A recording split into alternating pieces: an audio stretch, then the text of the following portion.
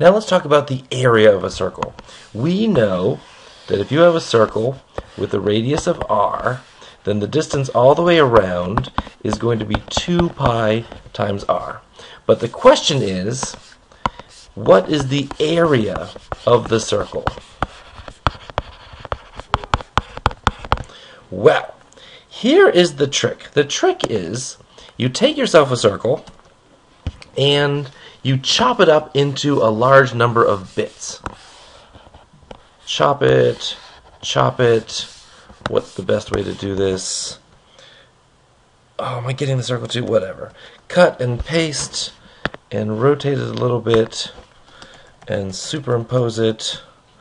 And so, okay, so this is the circle chopped up into, what, 8 pieces?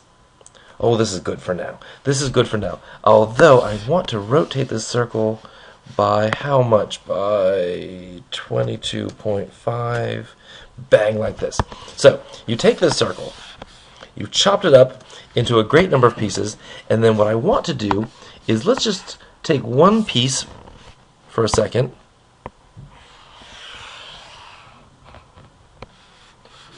Let's see, take one wedge down like this.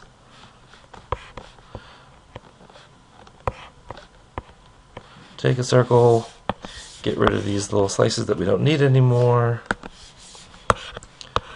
Slice this down, slice this down. Okay, so we have, this is one slice. So, this circle turns into, well, we get 8 of these. So there's 1, and 3, and 4, and 5, and 6, and 7, and 8. Now, the thing is, we want to know what the area of the circle is. Well, it's the same area as these 8 wedges. Isn't that awesome? Yes. Well, here's the trick. We're going to arrange these wedges in a very particular way.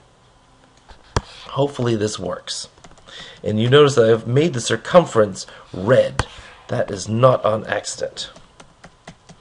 If we put 4 of these circle wedges down like this, and we rotate the other 4, rotate these around, blunk, flip them over, flip this one over, we can sort of wedge them in like this and make something that looks kind of like a parallelogram. And what are the dimensions of this parallelogram? Well, the distance in the circle from here along to there is a radius. And, oh, let me do it on the other thing.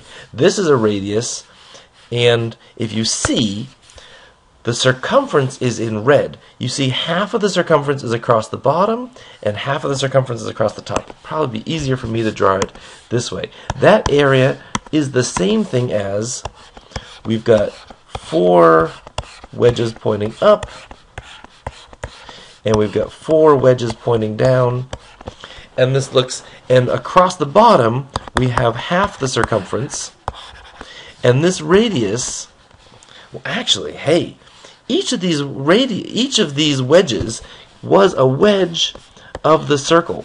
So if I, in red, let's say, go from the center to here, that is a radius.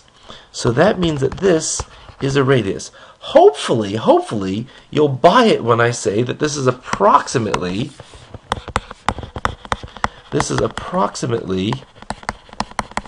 a parallelogram. I mean, it's a little curvy across the top, but it's roughly this parallelogram. And what is the area of a parallelogram? It's base times height. So the area of this thing is r times 1/2 c. Well, wait a second. C is 2 pi r. So this is r times 1/2 times 2 pi r. And 1/2 of 2 is gone. And so we are just left with pi times r, or pi r squared. And if you're really bothered by the bumpiness of these, and you're saying, well, that really isn't a parallelogram, well, if you chopped it up into more and more and more wedges, the bumpiness would go away. If you chopped it up into, instead of 8, 16 pieces, then each one would be more like this. 1, 2, 3, 4, 5. Anyway, do you get the picture? It would start being less and less bumpy. And then